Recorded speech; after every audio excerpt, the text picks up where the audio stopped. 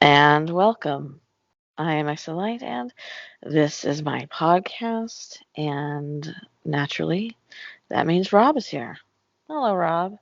Hi Trace, are you okay? I'm okay, chugging along, Surviving, trying to. survive, survive. Yeah, yeah. How are you doing, Rob? Yeah, I'm okay. I'm okay. We haven't done this for a while. Yeah, I know.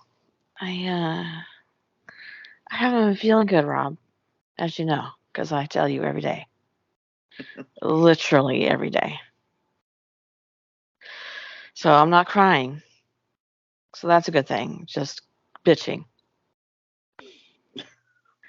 which is totally bitching, huh, Rob? Bitching. That's our new favourite word.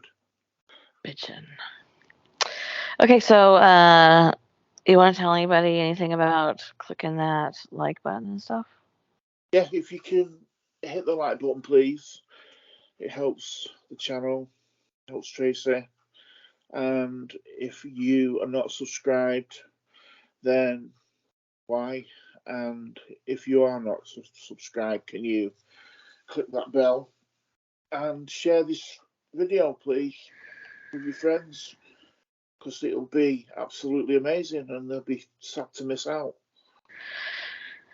I have so many um, stories and articles saved that I want to cover that I've been collecting since I have been doing videos because, well, frankly, I don't have the energy and I don't feel well, and I'm a big pussy. Sorry. So I was not expecting that. I have a joke. It's dying to get out, but I need to control it. Anyway, so I mean that's honestly it. Like it's physically, mentally exhausting, and I'm so sorry. I hate myself too. Talking of pussies, What? talking of pussies, Okay. I want to tell you a little story and everybody here about something that happened last night. And don't worry, Okay. it's not what you think, Trace. Okay. Um, I took the girls home and I come back and I was had my tea and I was watching Stranger Things.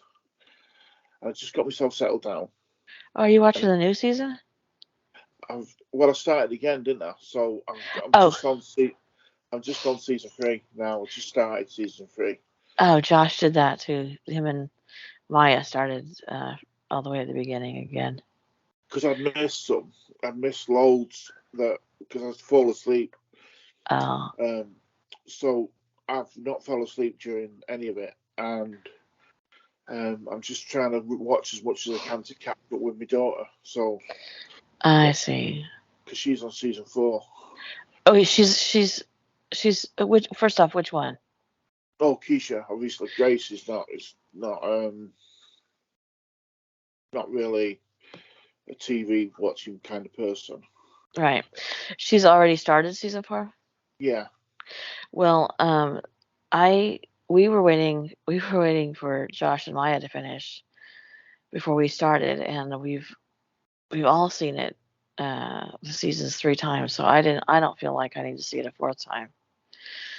And so we were waiting for them to get done, and then it turns out they're gonna watch it together. So we could have been watching it, but I think we're gonna do that next weekend. yeah, it's really good, isn't it? It Considering I really didn't is. like it at the beginning, but I'm Yeah. really into it now. Good.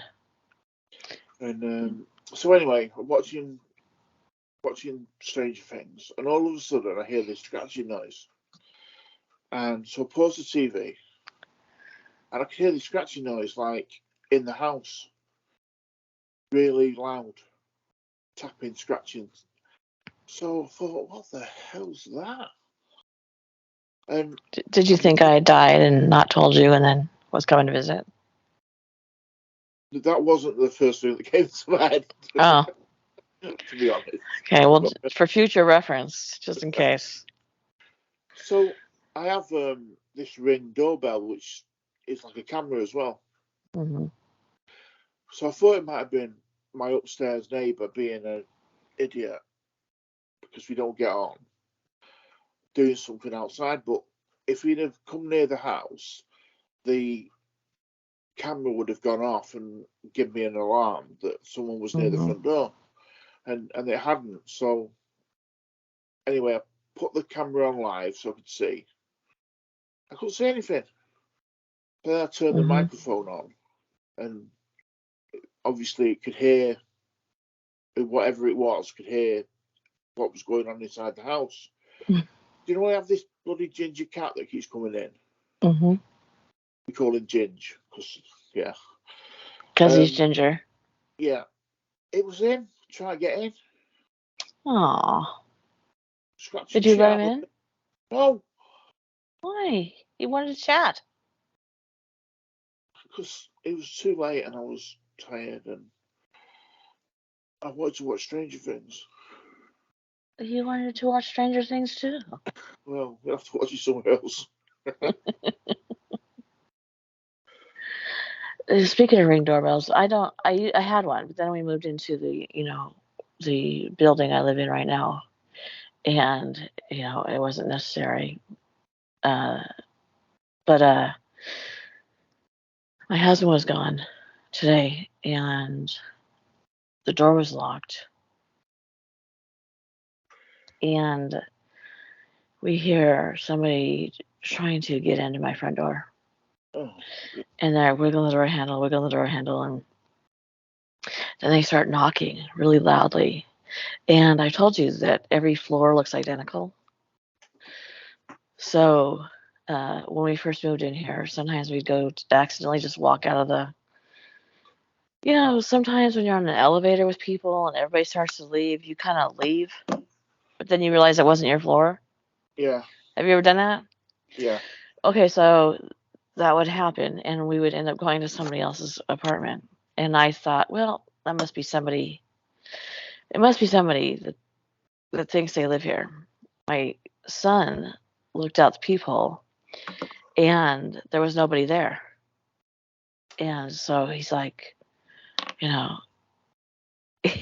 he's standing at the door, whispering. I'm literally across the apartment from him, so it's, not exactly a whisper. And he goes, I don't know who it is. I don't know why I just whispered that. So I said, well, don't open the door. Don't open the door because they're, trying to get in. And why are they trying to get in? And now we don't see them in the people. That doesn't make sense. And then it starts again. On the door, and he doesn't even want to look at the people this time. And I'm like, I don't want to look at the people either. Yeah. And then my husband calls and says, why can't I get in the apartment? Oh, it's you. Because your face is in front of the people, that's why. Why are you hiding? What? Didn't he have a key? Yeah, he did, but we have two deadbolts. And there's only a key for one deadbolt. The other one is keyless. So the deadbolt that there's no key for was locked. And the other one wasn't, so he couldn't get in with his key. But we were in here like, who is that? Go away. Yeah. He's all, why? What the hell is your guys' problem right now? Oh, sorry, but you were a stranger. Stranger danger. Stranger Things. Stranger Things. Okay, so anyway, so Rob and I are talking about this is a real switch in conversation. The train has gone to a different track. Rob and I are talking about what we could do a podcast about, and I know that a lot of you who watch the videos are interested in death row inmates' last words and last meals and stuff like that. It's sort of a niche kind of an interest that people have, but I think that most people who are interested in things like unsolved murders and serial killers, you know, missing people in national parks, etc., are kind of interested in death things. And so it came to my head that I had saved an article that was about the last words of 574 Texans that have been executed since 1976. And let me tell you, Texas goes to town. When I was looking through the dates, they just don't F around. If you're on death row, you're leaving. And if you're in Texas, and they're all, I believe, done in one place, which I can't for the life of me think of what the prison is right this minute. But I think there's only one prison that they do um, death penalty for. Hold on a second.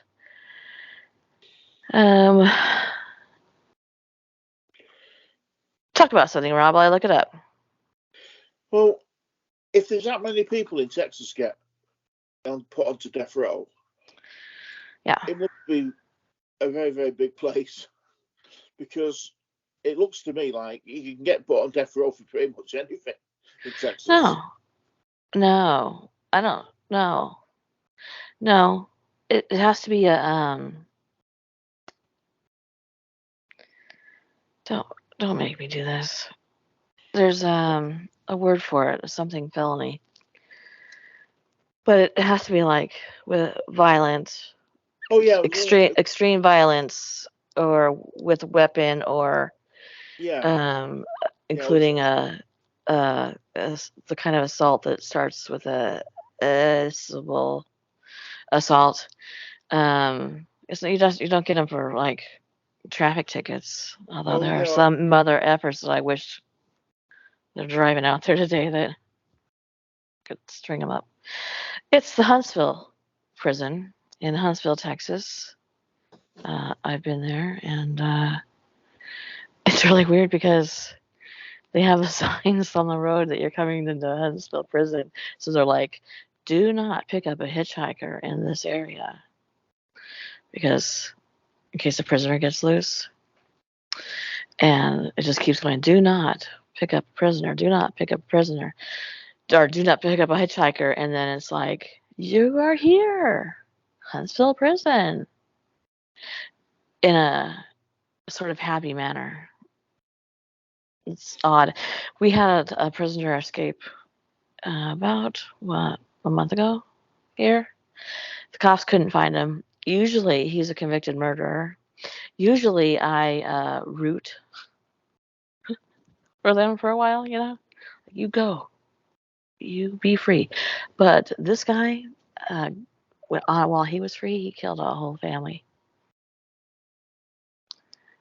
So, there was no rooting for this guy. And they eventually found him, and I would imagine that eventually he's going to Huntsville for his last meal. I can't think of what it's called. What this, I don't know, Rob. There's a name for it. If you want to talk for a second about it, I'll see if I can figure out what the name is. Yeah, when I was saying that before, it was a joke, by the way. But, not homicide. No, it's a term that I think only Texas uses. I don't know what that would be then. Keep going. With me not being from America or from Texas, it's probably a word that I've never heard of. Probably. Yeah, crazy. I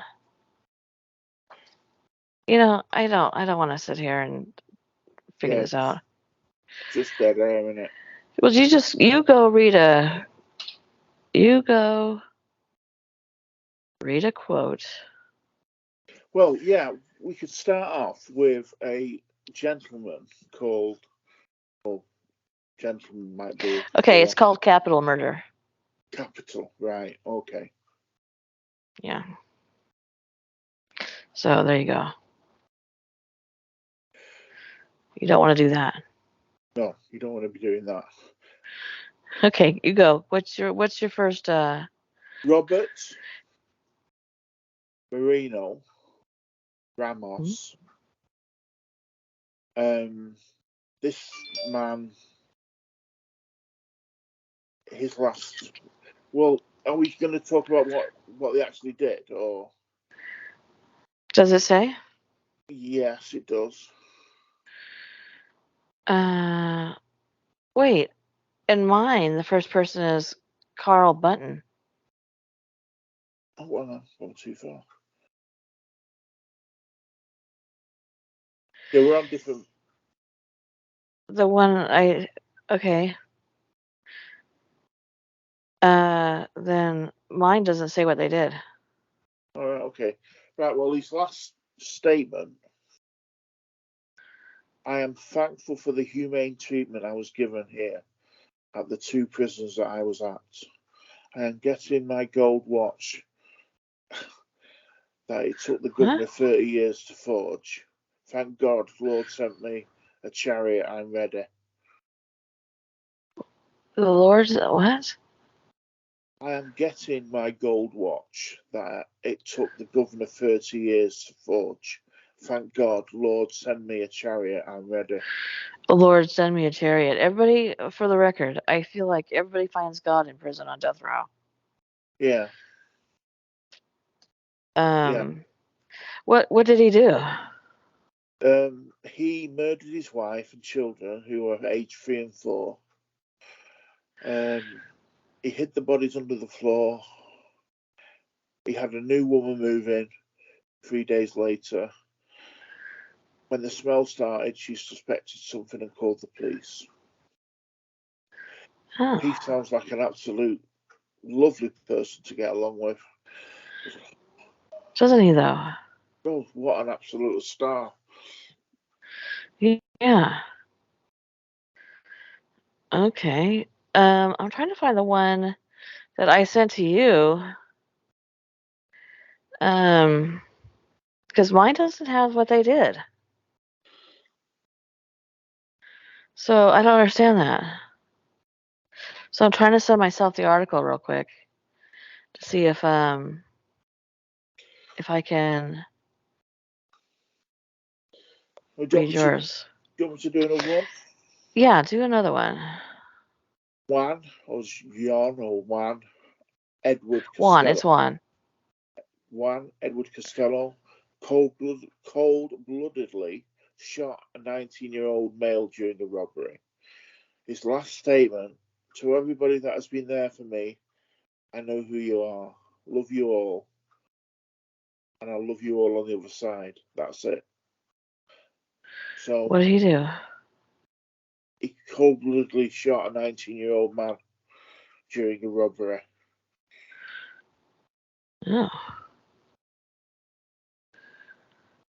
I cannot get the link you're reading, which is ironic because it's the link I sent you. So I'm just going to go for mine. And mine doesn't say what they did. So sorry about that. Okay. Okay, so mine is the first one is Carl Bunton, and he was executed just a couple months ago, April 21st, 2022. He was 78 years old. Wow.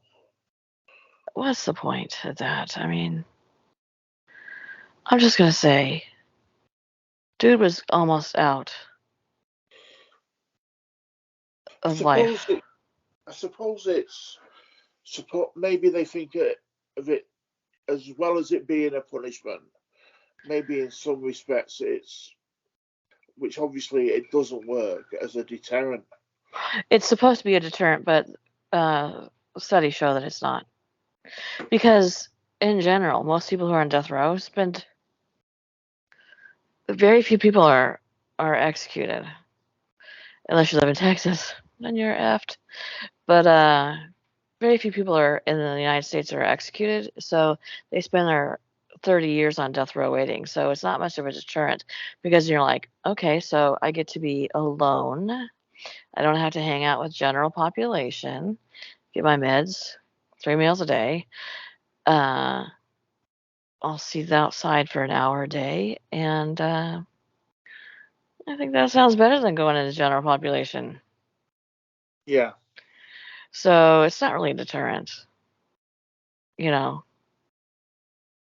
So I mean, I don't know. I mean, I'm not gonna. Well, I'm not gonna go for it. But if I were, it'd have to be bad enough to go into death row because I want to be alone. Just leave me alone. Anyway, his last words. The location was Harris County. He's male. He's white. His last words were this. Okay, to start with, I would like to thank everyone that has stayed. Karen, Linda, Barry, Danny, Barbara, God bless each and every one of you. I have a message to the Irby family. The shootout occurred June 27th, 1990. 1 week later, a police officer on his day off named Michael Garrett showed up to my cell. This guy was chatty. He was wearing civilian clothing. I thought he was a chaplain. He came to the back where it is super seg, so segregated, I guess. I don't know prison jargon. The guys there began to ridicule him because the officer brought me a small Bible. He said, "Boy, do you know that you just hit a brick wall? I am a deputy sheriff." He asked me to have you ever been to church? Have you ever heard of Jesus Christ? I said yes, and he gave me a small Bible, which I call a Gideon Bible. Well, those are called Gideon Bibles if they're made from the publisher's Gideon. And he read from Romans. The deputy said, "Get right with God." The deputy's buddies, 5 or 6 guys standing in the hallway, were making fun of him. And the deputy said, "Don't listen to them, listen to my voice." And that was on July 4th, 1990.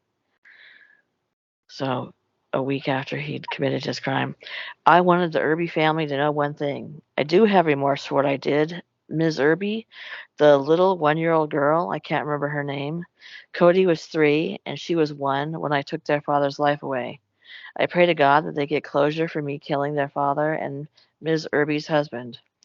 I hope to see you in heaven someday. This is gonna particularly piss you off, Rob, because I'm gonna say this. One of the big things that irks Rob about Christianity is that Christians believe that if somebody horrible, rotten, no good, murdering, child, molassing person comes to Jesus legitimately, like, I found Jesus, on the day they're executed, they will stand next to the people that they killed and Rob in heaven. And that irks Rob. Mm. So here you go, Rob. This one's for you. I hope to see you in heaven someday, and when you show up, I will give you a big hug. You know, my ability to think, I don't think, is sucked out of me, even though my soul is there. To all of my friends that stuck with me through all of these years, I'm not going to say goodbye, just saying so long. I'm ready to go. Oh, isn't that sweet? He told his victims that he's going to give them a big hug in heaven. Oh, I'd just be so moved to cheer on the executioner.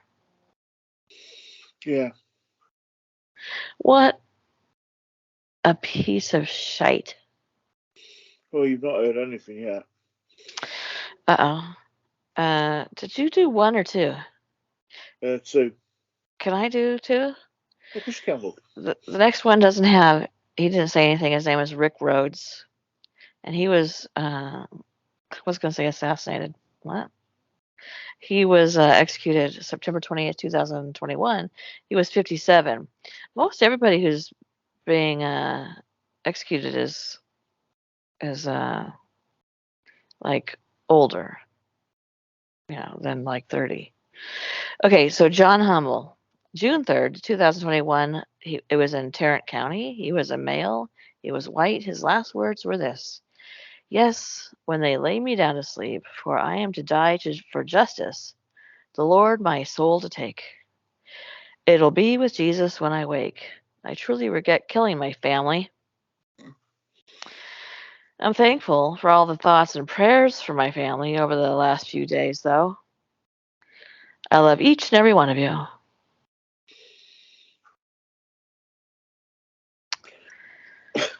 I truly regret killing my family. It's so matter of fact, isn't it? It's like, oh,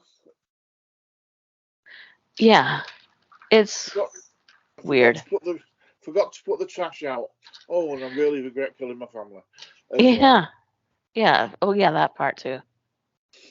Why am I here again? Oh, yeah,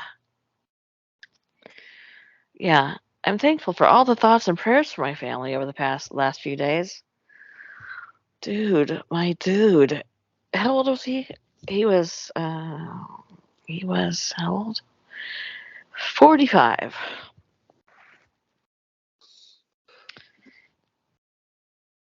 Craziness. Yep. What's your next one, Rob? Right. Rosendo Rodriguez III. He sexually assaulted and killed a pregnant woman, cut her up, removed the fetus, then stashed the severed remains in a suitcase buried in a park. His last statement is huge, so bear with me, please, everyone. Okay. He's a The rambler too, huh? the medical examiner and the chief nurse were engaged in numerous false illegal acts. They tried to cover up that thousands were wrongfully convicted by Matt Powell, district attorney. This needs to be brought to justice. I call upon the FBI to investigate Matt Powell and Lubbock County medical examiner. Lastly, I was born and raised Catholic, and it was not lost upon me that this is a holy week and that Sunday was Palm Sunday. Yesterday was my birthday.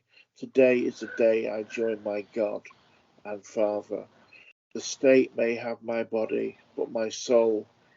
In order to save my brothers on death row, I call upon Pope Francis and the people of the world. Lastly, I want everyone to boycott every single business in the state of Texas until the businesses are pressed to stop the death penalty. With that, Lord, I command my spirit, warning, and I'm ready to join my Father. He thinks that these businesses should how are they going to stop the death penalty? But this man did this to a pregnant woman and her fetus, her baby, and where the f does he get off thinking anything should be changed for him? Oh, it's got a shiver down his spine.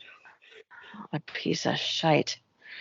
Okay, so my next one is John Hummel, and what I did is I'm switching back and forth between the name of the person and then going to look them up to see what they did, so I can tell you if possible. So John Hummel was 45 years old, and what he did was kill his pregnant wife, his 5-year-old daughter, and his father-in-law. Police found their burned, beaten bodies or near their beds after responding to an early morning fire. The officials determined that they died by blunt force injuries before the fire was set. Let's see. He said he stabbed and beat his wife before beating the other two victims. He's okay, so this is his last words. He's 45, by the way. He was executed on June 3rd, 2021, Tarrant County. He was from Tarrant County. Male, white. Wait, that was John Humble. That was the one I just read. I truly regret killing my family. That was that guy. Oh my God, Tracy. Well, now I don't have the story for this one because this one's okay. Tarrant County male, 41 years old, black. I would like to thank all of the supporting people who helped me over the years. To Mad Maddie. Shout out to Mad Maddie. Yo. My twin Sonia, Angie, and all the homies. AKA Money and Peruvian Queen, including the crazy Dominican. I don't have my decoder ring for that. I was so glad to leave. I was so glad. Okay, he's not even dead yet. He's still talking. I was so glad to leave this world a better, more positive place than I found it. It's not an easy life with all of the negatives. Love all my friends and all the friendships that I've made. They are like the sky. It's all part of life, like a big, full plate of food for the soul. I hope I left everyone a plate of food full of happy memories. I need to go. I'm going to go find out what this guy did as soon as I'm done with this because I got to know what his victims were left with. Happiness is no happiness. Okay, sorry. Hope that I left everyone with a plate full of happy memories, happiness, and no sadness. I'm done, Warden. So I'm going to go find out what he did while you read your next one, okay? Yeah, my next one is there's actually a picture of this guy. And if you looked under serial killer in the dictionary, it would have a picture of this guy. Anthony Allen Shaw was a Texas serial killer who was caught for four sex killings. His last statement: "I will die with a clear conscience. I made my peace. There is no others. I would like to wish happy birthday to Barbara Carroll. Today it's her birthday. God bless everybody until we meet again. I am ready, Warden." Okay. By the way, that last guy, he killed his aunt. That doesn't give any other description of how. I'm gonna look for my next guy. I need to get caught up with myself. Let's see. Okay, so this guy's name is Abel Ochoa. He was executed for fatally shooting his relatives, including his two young daughters. His defense argued that he was in a cocaine-induced delirium. Aren't we all? In 2002, Ochoa walked out of the Dallas bedroom high on crack and shot his 7-year-old and his 9-month-old daughters, his wife, his father-in-law, his two sisters-in-laws. The only survivor was one of his wife's sisters who ran to a neighbor's house after she was shot. Police arrested a cooperative Ochoa, and he confessed to shooting his relatives. He told police that he just couldn't handle the stress anymore.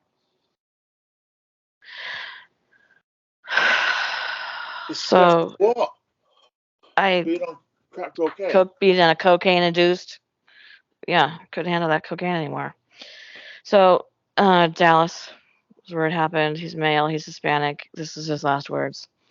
"Yes, sir. I would like to thank God, my dad, my Lord Jesus Savior, for saving me and changing my life." Yeah. "I want to apologize to my in-laws, for causing all this emotional pain, like killing their whole family. I love y'all and consider y'all my sisters I never had." You did have sisters-in-laws, my friend. I want to thank you for forgiving me. Thank you, Warden. How does he know that they forgive him when they're dead?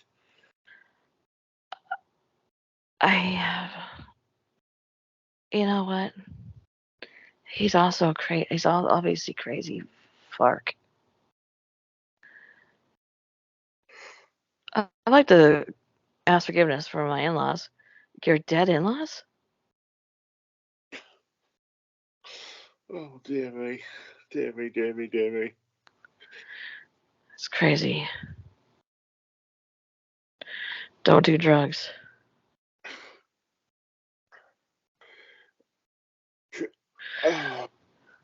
It's beggars belief sometimes that these. Why don't they just. I know it would be refreshing where one of them just said, "Look, I'm just not a nice person. I'm an horrible fucker, and yeah, I was guilty, and I'm gonna go to hell." Well, that's what the serial killer of the young boys in Seattle did. Can't think of his name right off the bat. I can't believe that, but he said, "Listen, I'm possessed by the devil. If you let me out today, I'm gonna do it again. Kill me now." Yeah, let's be honest. Let's get it right. Yeah, yeah. And all this, oh, I found Jesus. I found Jesus. It's hard to swallow. It doesn't every effing death row inmate find Jesus? Why aren't they finding Allah? Aren't they finding some other god, some other religion? Go be a Buddhist. I don't understand. Because I Jesus think died. they're trying to cover their. I think they're just trying to cover their tracks, Yeah, cover their butt. because there's not another religion where you've got like the Jesus who actually died for your sins. A free So that's ticket if very you odd. just say I'm a Christian. And I've had this conversation with pastors and other people, religious people, and they have said, and I have said what you said before, and they have said basically that God knows what's in your heart, Well, yeah, he's and gonna sort them out. if you really repent. But to me, that's not good enough. I know. I know. It's your pet peeve. One of your pet peeves. Yeah, I know. I, uh, from a religious standpoint, I get it. I get that it's like, we've talked about this before that I give money to homeless people and or somebody who's asking for money if I feel particularly compelled to do that with somebody as I walk by them or drive by them or something. It's not an everybody thing. It's somebody that I feel for some reason to do that. And then people always say, "Oh, but if you give them money, they're gonna go get high. They're gonna go buy booze." And I'm just like, well, when I give